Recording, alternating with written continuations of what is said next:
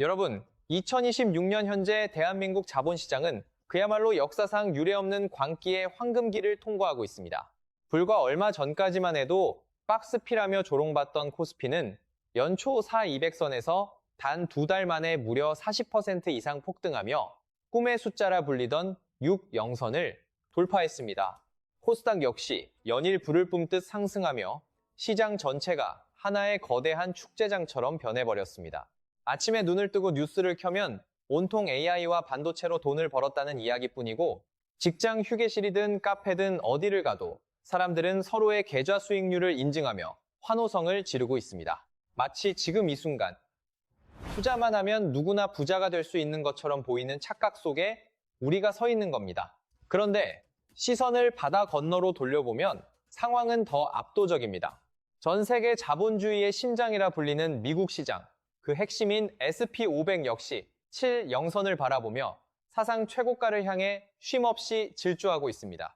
역사상 가장 강력한 500개 기업이 모여있는 이 완벽한 지수는 지난 100년 동안 단 한 번도 장기적으로 투자자를 배신한 적이 없는 그야말로 정답지에 가까운 투자처입니다. 그래서 많은 사람들은 이렇게 말합니다. SP500, 그냥 사놓고 아무것도 안 하면 결국 부자가 되는 거 아니야? 맞습니다. 이론적으로는 100% 옳은 말입니다. 그런데 여기서 여러분의 등골을 서늘하게 만드는 질문 하나를 던져보겠습니다.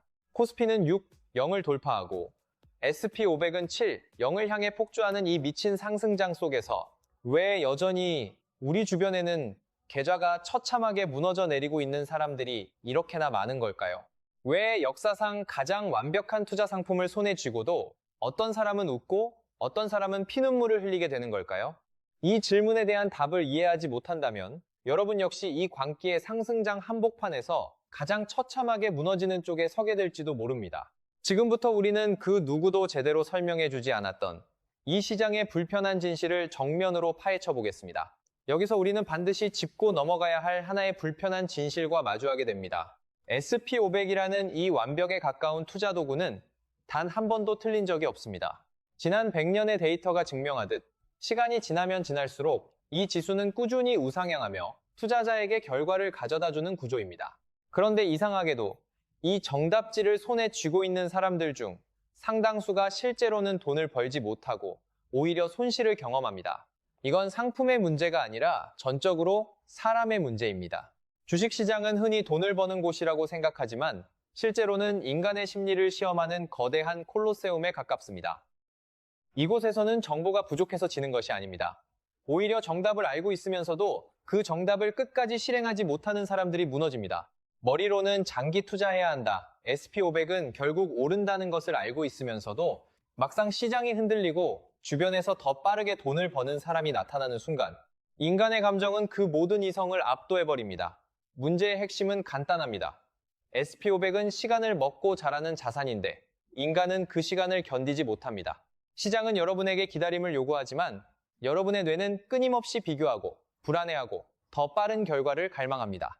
이 충돌이 발생하는 순간 여러분은 더 이상 투자자가 아니라 감정에 휘둘리는 플레이어가 되어버립니다.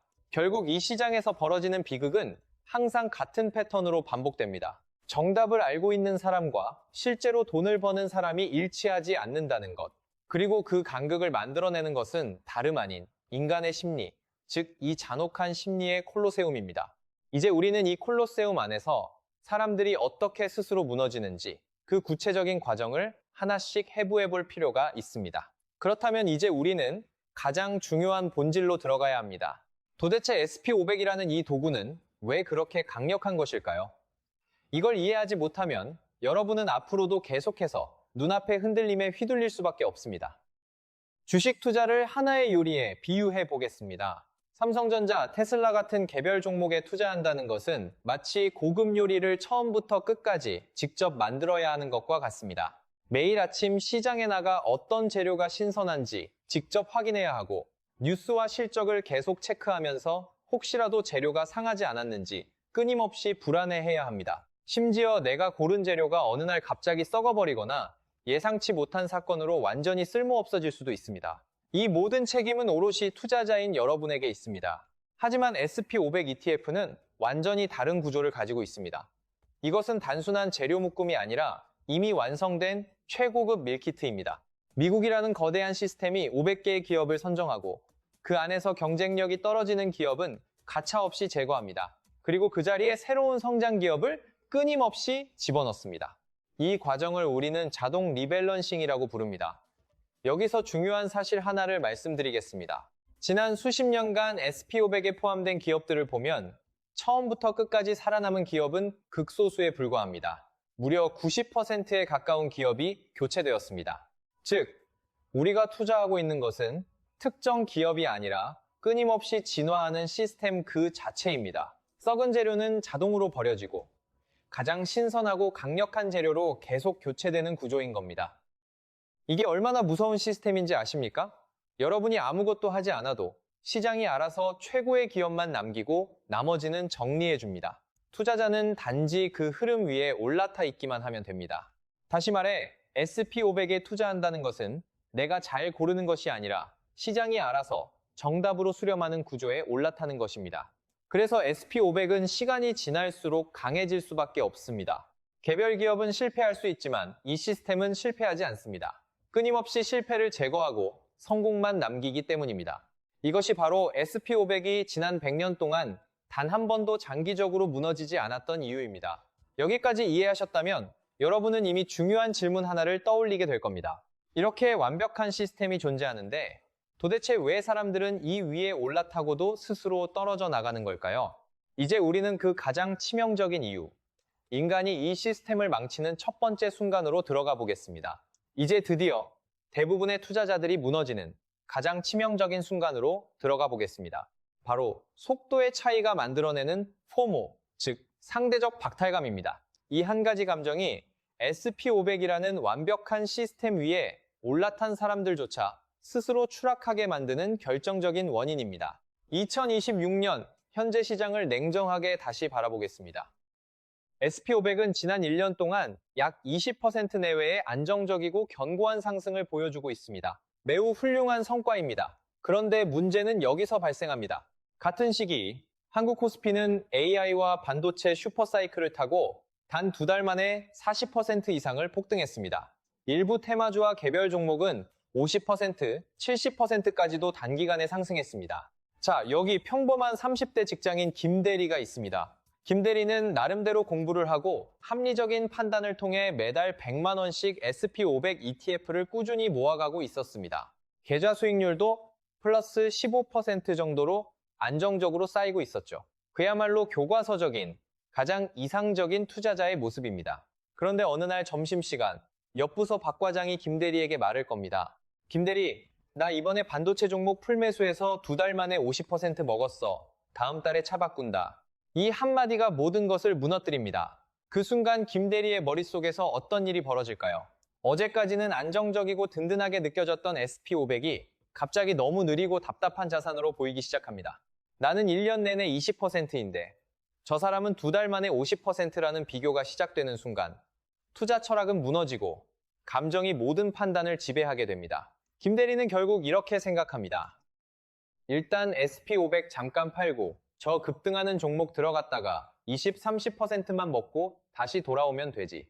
이것이 바로 시장에서 가장 위험한 착각입니다. 김대리는 그날 바로 SP500을 전량 매도하고 이미 급등해 있는 반도체 테마주에 진입합니다. 그리고 그 다음에 어떤 일이 벌어질까요?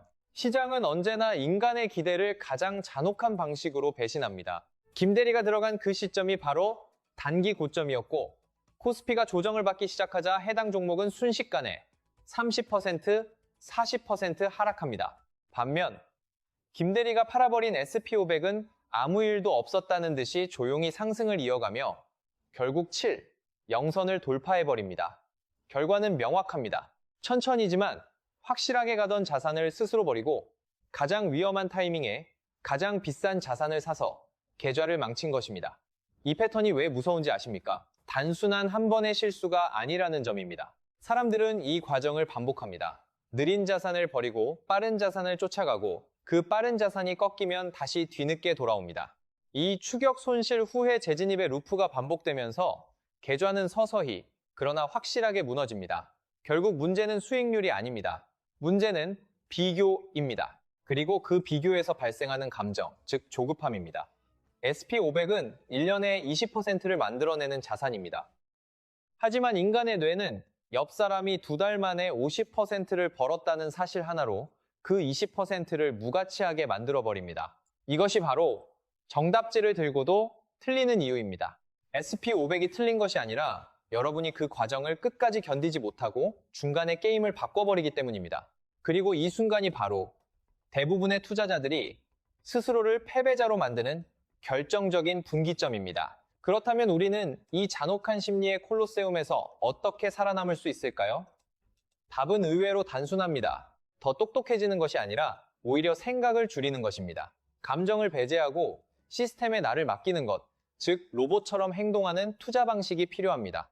여기서 여러분이 반드시 실천해야 할 3가지 원칙을 말씀드리겠습니다.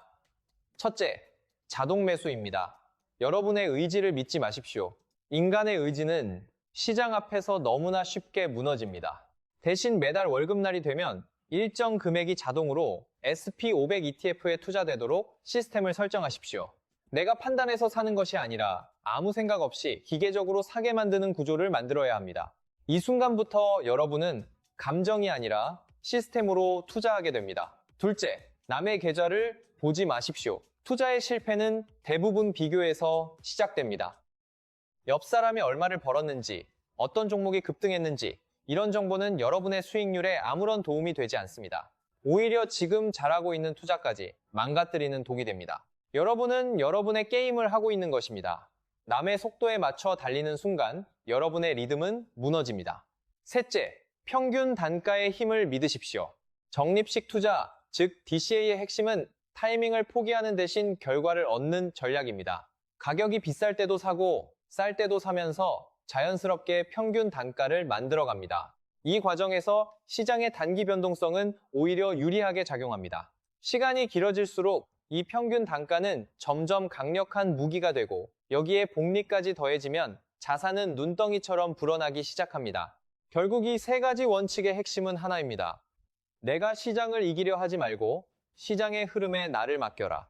이 단순하지만 어려운 원칙을 끝까지 지키는 사람만이 결국 SP500이라는 시스템의 진짜 힘을 온전히 가져갈 수 있습니다. 그런데 여기서 또 하나의 함정이 등장합니다. 좋아, 이제부터 나는 흔들리지 않고 SP500을 매달 사 모으겠다. 이렇게 마음먹었다고 해서 모든 문제가 끝나는 것이 아닙니다. 왜냐하면 많은 초보 투자자들이 가장 먼저 부딪히는 2번째 실패 지점이 바로 여기서 시작되기 때문입니다. 바로 SP500 ETF라고 해서 전부 똑같은 상품이 아니라는 사실입니다. 여러분이 증권사 앱을 켜고 검색창에 SP500이라고 입력해 보십시오. 순간 수십 개의 상품이 화면에 쏟아져 나옵니다. 타이거 미국 SP500, KODX 미국 SP500, ACE 미국 SP500, SOL 미국 SP500. 여기에 어떤 상품은 이름 뒤에 H가 붙어 있고 어떤 상품은 TR이 붙어 있으며 또 어떤 상품은 아무 표시도 없습니다. 초보 투자자 입장에서는 이 순간부터 머리가 복잡해집니다. 아니, 다 똑같이 미국 500대 기업에 투자하는 거 아니야? 그런데 왜 이름이 이렇게 많아?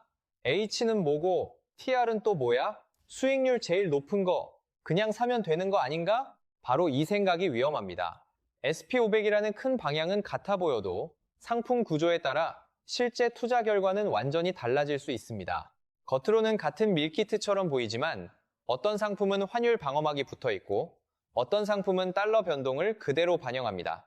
어떤 상품은 배당금을 현금으로 나눠주고 어떤 상품은 그 배당금을 자동으로 다시 투자합니다. 즉, 같은 이름을 달고 있어도 안쪽에서 작동하는 방식은 전혀 다를 수 있다는 뜻입니다. 이걸 모르고 무작정 매수하면 어떻게 될까요?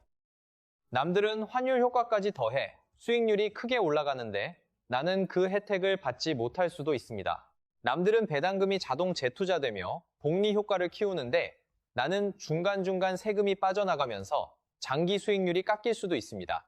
겉보기에는 작은 차이처럼 보이지만 10년, 20년이 지나면 이 차이는 계좌의 앞자리 숫자를 바꿀 만큼 커질 수 있습니다. 투자에서 무서운 것은 모르는 것입니다. 더 무서운 것은 내가 모른다는 사실조차 모르는 것입니다. 많은 사람들이 SP500은 장기 투자하면 된다는 말만 듣고 들어오지만 정작 자신이 어떤 구조의 상품을 사고 있는지는 제대로 확인하지 않습니다. 마치 최고급 식재료를 샀다고 생각했는데 알고 보니 조리 방식도 모르고 보관 방법도 모른 채 냉장고에 던져놓는 것과 같습니다. 그래서 이제부터 우리는 SP500 ETF 이름표에 숨어있는 두 개의 핵심 암호를 반드시 해독해야 합니다. 하나는 H, 즉 환해지입니다. 그리고 다른 하나는 TR, 즉 토털 리턴입니다. 이 두 글자를 이해하느냐, 이해하지 못하느냐에 따라 같은 SP500을 들고 있어도 누군가는 더 큰 복리에 눈덩이를 굴리고 누군가는 자신도 모르는 사이 수익률을 조금씩 갉아먹히게 됩니다. 지금부터는 이 작은 알파벳들이 여러분의 계좌에 어떤 차이를 만들어내는지 아주 현실적인 사례로 하나씩 뜯어보겠습니다. 가장 먼저 이해해야 할 것은 ETF 이름 뒤에 붙어있는 H, 즉 환해지입니다. 이 한 글자가 여러분의 수익률을 눈에 보이지 않게 바꿔버리는 핵심 변수입니다. 이걸 가장 쉽게 이해할 수 있는 실제 사례를 하나 들어보겠습니다. 여기 40대 직장인 2명, 이 부장과 최 과장이 있습니다. 두 사람은 똑같이 5천만 원의 자금을 가지고 같은 날 SP500 ETF 투자를 시작했습니다. 단 하나 다른 점이 있다면 이 부장은 아무 표시도 없는 일반 상품, 즉 환노출 ETF를 선택했고 최 과장은 환율은 위험하니까 안정적으로 가야지 라며 이름 뒤에 H가 붙은 환해지 상품을 선택했다는 점입니다. 처음 몇 달 동안은 큰 차이가 없었습니다. 두 사람 모두 비슷한 수익률을 보이며 계좌가 안정적으로 성장하고 있었죠. 그런데 어느 순간 시장에 큰 변화가 찾아옵니다. 글로벌 불확실성이 커지면서 달러가 강세를 보이기 시작한 겁니다. 원달러 환율이 1, 300원 수준에서 1, 450원까지 급등하며 약 10% 이상 상승하는 강달러 국면이 펼쳐졌습니다. 이때 두 사람의 계좌는 완전히 다른 결과를 보여주기 시작합니다. 이 부장의 환노출 ETF는 SP500 지수 상승분뿐만 아니라 달러 가치 상승에 따른 환차익까지 그대로 반영됩니다. 예를 들어 지수가 10% 올랐다면 여기에 환율 상승분 10%가 더해지면서 체감 수익률은 20%에 가까워집니다. 주식이 오르고 환율이 오르면서 두 개의 엔진이 동시에 작동하는 구조입니다. 반면 최 과장의 환해지 ETF는 어떨까요? 환율 변동을 차단해 놓았기 때문에 달러가 아무리 올라도 그 수익은 반영되지 않습니다. 오직 SP500 지수 상승분만 가져가게 됩니다. 게다가 환해지를 유지하기 위한 비용까지 지속적으로 발생하기 때문에 실제 수익률은 지수 상승률보다 더 낮아질 수도 있습니다. 결과적으로 같은 시점, 같은 돈, 같은 SP500에 투자했음에도 불구하고 두 사람의 수익률은 눈에 띄게 벌어지게 됩니다. 이 부장은 20% 가까운 수익을 기록한 반면 최 과장은 80% 수준에 머무르게 되는 상황이 발생합니다. 여기서 중요한 질문이 하나 남습니다. 그럼 환율이 떨어지면 환노출이 손해 아닌가요? 맞습니다. 단기적으로는 그럴 수 있습니다. 하지만 우리가 SP500에 투자하는 이유는 단기 수익이 아니라 장기 복리입니다. 그리고 장기적으로 보면 달러는 단순한 통화가 아니라 전 세계 자본이 위기 상황에서 몰리는 최후의 안전자산입니다. 즉, 시장이 무너질 때 SP500은 하락할 수 있지만 동시에 달러는 강세를 보이며 손실을 완화해주는 역할을 합니다. 주식이 무너질 때 환율이 방어해주는 구조, 이것이 바로 환노출 ETF가 가진 숨겨진 방패입니다. 결국 선택의 문제입니다. 단순히 안정적이라는 이유로 환해지를 선택할 것인가, 아니면 장기적인 관점에서 달러라는 자산까지 함께 가져갈 것인가. 이 작은 선택 하나가 시간이 지날수록 여러분의 자산 곡선을 전혀 다른 방향으로 이끌게 됩니다. 이제 두 번째 핵심 요소인 TR, 즉 토탈 리턴에 대해 이야기해 보겠습니다. 이 개념을 이해하지 못하면 여러분은 아무것도 모른 채 복리의 힘을 스스로 깎아먹게 됩니다. SP500 안에 있는 기업들은 단순히 주가만 오르는 것이 아닙니다.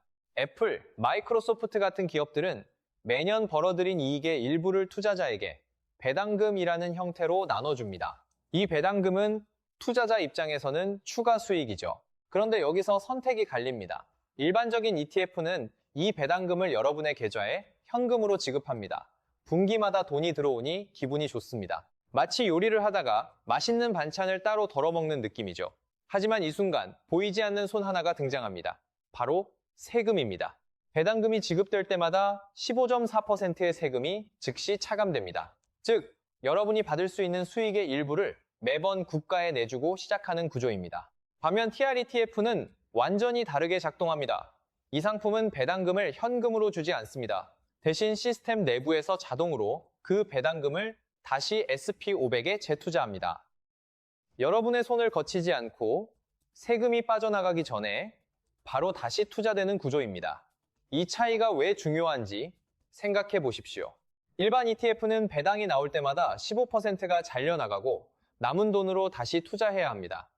하지만 TR ETF는 그 15%조차 깎이지 않은 상태로 계속해서 굴러갑니다. 즉, 복리의 시작점 자체가 더 크고 그 차이는 시간이 지날수록 눈덩이처럼 커집니다. 처음 1, 2년은 거의 차이가 없어 보일 수 있습니다. 하지만 10년, 20년이 지나면 결과는 완전히 달라집니다. 같은 SP500에 투자했음에도 불구하고 한쪽은 세금으로 계속 수익이 깎여나가고 다른 한쪽은 온전한 복리로 성장하는 구조이기 때문입니다. 결국 선택은 명확합니다. 지금 당장 현금 흐름이 필요한 사람이 아니라면 배당을 받는 것보다 세금을 미루고 복리를 극대화하는 구조가 훨씬 강력합니다. 이 작은 구조의 차이가 여러분의 미래 자산 규모를 결정짓는 결정적인 변수로 작용하게 됩니다. 그런데 여기서 끝이 아닙니다. 여러분이 멘탈을 잡고 SP500을 꾸준히 모으고 H와 TR까지 제대로 이해했다고 해도 마지막으로 반드시 넘어야 할 가장 무서운 벽이 하나 남아 있습니다. 바로 세금입니다. 투자 초보자들이 가장 많이 착각하는 것이 있습니다. 계좌의 수익률이 찍히면 그 돈이 전부 내 돈이라고 생각한다는 겁니다. 하지만 현실은 전혀 다릅니다. 진짜 중요한 것은 얼마를 벌었느냐가 아니라 세금과 비용을 모두 떼고 내 손에 실제로 얼마가 남느냐입니다. 예를 들어 보겠습니다. 대기업에 다니는 50대 최 부장이 있습니다.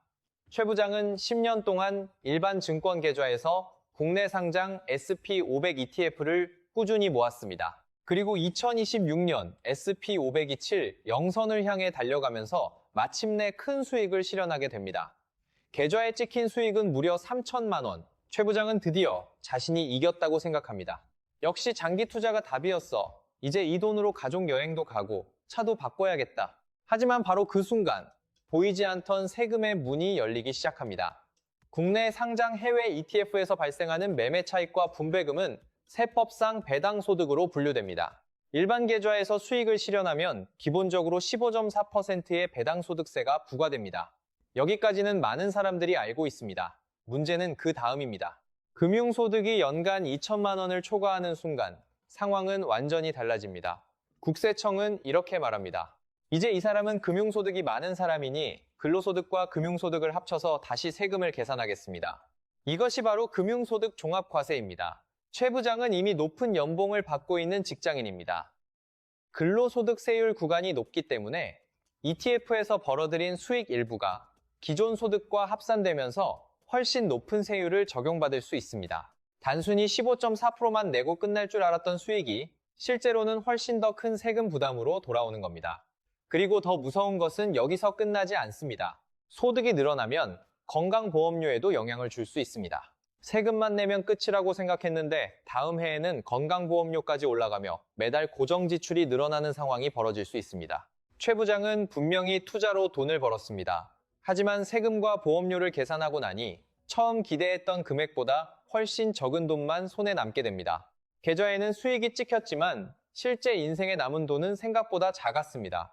이것이 바로 많은 투자자들이 놓치는 세 번째 실패입니다. 돈을 버는 데는 성공했지만 그 돈을 지키는 데는 실패하는 것. 투자의 완성은 수익률이 아닙니다. 세후 수익입니다. 아무리 SP500이 오르고 아무리 장기 투자에 성공해도 세금 구조를 모르면 여러분의 수익은 마지막 순간에 크게 깎여 나갈 수 있습니다. 그래서 진짜 투자자는 종목만 고르지 않습니다. 계좌 구조까지 설계합니다. 어디에서 사고, 어떤 계좌에 담고, 언제 실현하고, 어떻게 세금을 줄일지까지 계산해야 합니다.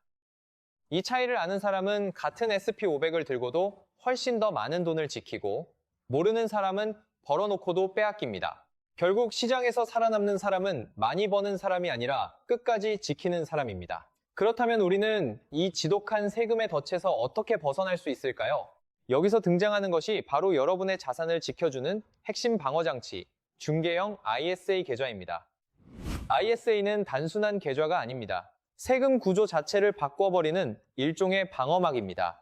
같은 SP500에 투자하더라도 이 계좌 안에 담느냐, 밖에 두느냐에 따라 최종적으로 여러분이 가져가는 돈은 완전히 달라질 수 있습니다. 먼저 가장 중요한 특징은 비과세 혜택입니다. ISA 계좌 안에서 발생한 수익 중 일정 금액까지는 세금을 아예 내지 않습니다. 일반 계좌에서는 수익이 발생하는 순간 15.4%가 자동으로 빠져나가지만 ISA 안에서는 이 세금이 면제됩니다. 즉, 같은 수익을 내더라도 더 많은 금액이 그대로 유지된 채 복리로 굴러갈 수 있는 구조입니다.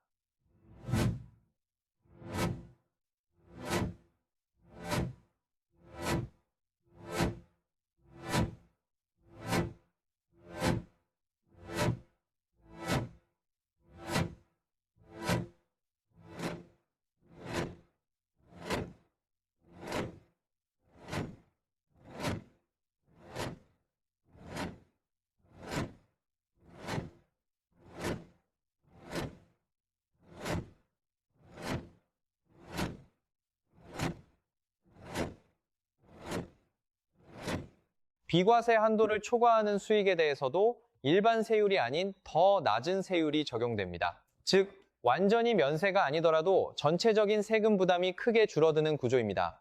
그리고 가장 중요한 세 번째 특징은 분리과세입니다. ISA 계좌에서 발생한 수익은 일정 조건을 충족하면 다른 소득과 합산되지 않습니다. 다시 말해, 금융소득이 증가하더라도 근로소득과 합쳐져 높은 세율을 적용받는 상황을 피할 수 있습니다. 이는 앞서 설명한 금융소득 종합과세를 사실상 차단하는 효과를 만들어냅니다. 정리하면 ISA는 세 가지 기능을 동시에 수행합니다. 세금을 아예 없애주고 남은 세금은 줄여주며 그마저도 다른 소득과 분리해버립니다. 이 구조의 차이는 단순한 몇 퍼센트의 문제가 아닙니다. 투자 기간이 길어질수록 그리고 수익 규모가 커질수록 그 격차는 눈덩이처럼 커집니다. 같은 SP500을 들고 있어도 누구는 세금으로 계속 수익이 깎이고 누구는 그 수익을 온전히 굴리며 복리를 극대화하게 되는 겁니다. 그래서 진짜 투자자들은 종목보다 먼저 계좌를 세팅합니다. ISA는 선택이 아니라 장기 투자에서 사실상 필수에 가까운 기본 장비입니다. 여기서 한 단계 더 나아가면 진짜 자산가들이 사용하는 고급 전략이 등장합니다. 바로 ISA에서 불린 돈을 IRP와 연금저축으로 연결하는 구조입니다. ISA는 세금을 줄이며 자산을 키우는 계좌입니다. 하지만 일정 기간이 지나 만기가 되면 그 돈을 그냥 일반 계좌로 꺼내 쓰는 순간 전략은 거기서 멈춥니다. 진짜 중요한 것은 ISA 안에서 키운 자금을 다음 단계로 넘겨 세제 혜택의 흐름을 계속 이어가는 것입니다. 그 다음 단계가 바로 IRP, 즉 개인형 퇴직연금 계좌입니다. IRP는 단순히 노후 준비용 계좌가 아닙니다. 국가가 장기 투자를 유도하기 위해 강력한 세액공제 혜택을 붙여놓은 절세 장치입니다. 일정 금액을 IRP나 연금저축에 납입하면 연말정산 때 세액공제를 통해 실제 현금이 다시 돌아옵니다. 여기서 구조가 완성됩니다. 먼저 ISA 계좌에서 SP500 ETF를 꾸준히 모으며 세금을 줄입니다. 그 다음 ISA 만기 자금을 IRP나 연금저축으로 이전합니다. 그러면 다시 세액공제 혜택을 받을 수 있습니다. 그리고 돌려받은 환급금은 다시 SP500이나 장기자산에 재투자합니다. 즉, 흐름은 이렇게 됩니다. ISA에서 절세하며 불린다. IRP로 옮겨 세액공제를 받는다. 환급받은 돈을 다시 투자한다. 이 구조가 강력한 이유는 세금을 줄이는 데서 끝나지 않기 때문입니다. 세금으로 빠져나갈 돈을 지키고 세액공제로 돌려받은 돈까지 다시 투자하면서 복리의 재료 자체를 계속 늘려갑니다. 물론 IRP는 만 55세 이후 연금으로 수령하는 구조이기 때문에 단기 자금에는 적합하지 않습니다. 하지만 노후 자산을 준비하는 40대, 50대 투자자라면 이 전략은 매우 강력합니다. 결국 ISA는 자산을 키우는 첫 번째 그릇이고 IRP는 그 자산을 노후까지 굴리는 두 번째 엔진입니다. 이 두 계좌를 연결하는 순간 여러분의 SP500 투자는 단순한 ETF 매수가 아니라 하나의 장기 절세 시스템으로 바뀌게 됩니다. 이제 마지막으로 가장 불편하지만 반드시 직면해야 할 진실을 말씀드리겠습니다. 지금까지 우리는 상품도 이해했고 전략도 세웠고 세금까지 대비했습니다. 그런데도 대부분의 개인 투자자들은 결국 시장에서 패배합니다. 이유는 단 하나입니다. 행동입니다. 미국의 투자자 행동 분석 기관 달발의 데이터를 보겠습니다. 한 해 동안 SP500 지수는 약 25% 상승했습니다. 그렇다면 이 지수를 추종하는 투자자들의 평균 수익률은 얼마였을까요? 상식적으로 생각하면 20% 이상은 나와야 할 것 같습니다. 하지만 현실은 충격적입니다. 개인 투자자들의 평균 수익률은 고작 16%에 불과했습니다. 무슨 의미일까요? 그냥 S&P500 ETF를 사서 아무것도 하지 않고 가만히 들고 있었어도 25%를 벌 수 있었는데 실제 투자자들은 스스로 매매를 반복한 결과 오히려 9%를 잃어버렸다는 뜻입니다. 이 차이를 만들어내는 행동 패턴은 항상 동일합니다. 싸게 팔고 비싸게 사는 것. 시장이 하락하면 공포가 시작됩니다. 뉴스에서는 위기라는 단어가 쏟아지고 계좌는 빠르게 줄어듭니다. 이때 대부분의 사람들은 이렇게 생각합니다. 더 떨어지면 어떡하지? 일단 팔고 보자. 그리고 실제로 바닥 근처에서 매도를 합니다. 그 다음 어떤 일이 벌어질까요? 시장이라는 것은 항상 개인의 감정을 비웃듯 움직입니다. 하락이 멈추고 반등이 시작됩니다. 주가는 다시 올라가기 시작하고 뉴스는 다시 낙관적으로 바뀝니다. 이때 사람들은 다시 이렇게 생각합니다. 아, 괜히 팔았다. 지금이라도 다시 들어가야겠다. 결국 더 높은 가격에 다시 매수하게 됩니다. 이 패턴이 반복되면서 계좌는 점점 시장과 멀어지게 됩니다. 지수는 25%를 오르는데 내 계좌는 16%에 머무르거나 심지어 손실을 보는 이유가 바로 여기 있습니다. 중요한 것은 이것이 일부 사람의 문제가 아니라는 점입니다.